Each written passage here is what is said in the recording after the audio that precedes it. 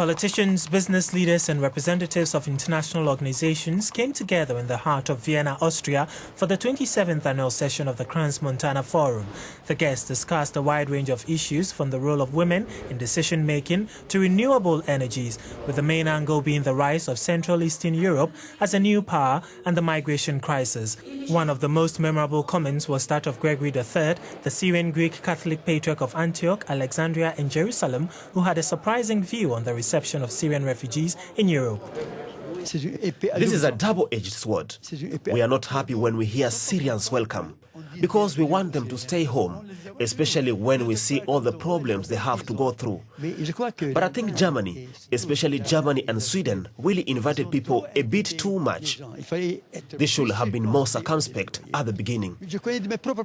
My own parents lived in very good security conditions under my own protection, and even they profited of this possibility to live. Most of the guests agreed that peace in Syria would be the long-term solution. Meanwhile, the outcome of the crisis are far-reaching. Tony Smith, the Deputy Director General of the International Border Control think tank, Borderpol, made a clear connection between the handling of the problem and Brexit. They voted to leave because they don't feel that the EU is in control of its borders. And when they see images flashed across their television screens from different parts of the external frontier where people aren't being properly checked, when they see terrorist attacks being perpetrated in places like Paris and Brussels by people who, some of whom have actually entered illegally by these routes or travelled outside of the EU and crossed borders and not been identified, then they get afraid. Being afraid was also one of the key words on the refusal of ex-communist Central Eastern European members to take in refugees, as the former Hungarian Prime Minister Peter Megyesi apologetically explained. It's also a key factor that these countries do not have a middle class. So the traditional attributes of the middle class, like empathy and helpfulness, have no roots in society, because the socialist era did not allow this kind of initiatives. One of the key issues of the conference was the struggle of the European periphery towards integration and prosperity. The Western Balkan countries' ultimate goal is still the EU, as the President of Montenegro and Albania underlined.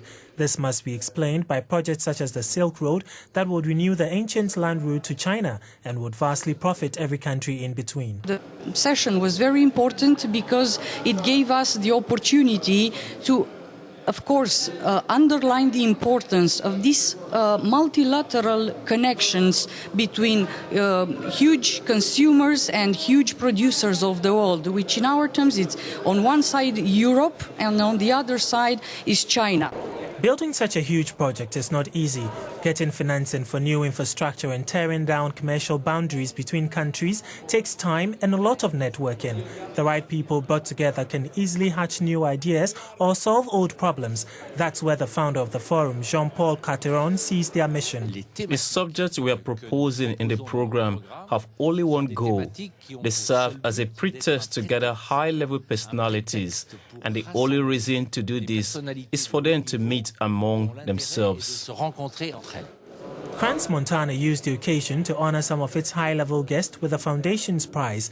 Buja Nishani, President of Albania, and Mrs. Hakima El Haite, Minister of Environment of Morocco, were recognized. They also recognized the work of rescue dogs represented by Marcus Bock, President of the International Rescue Dog Organization.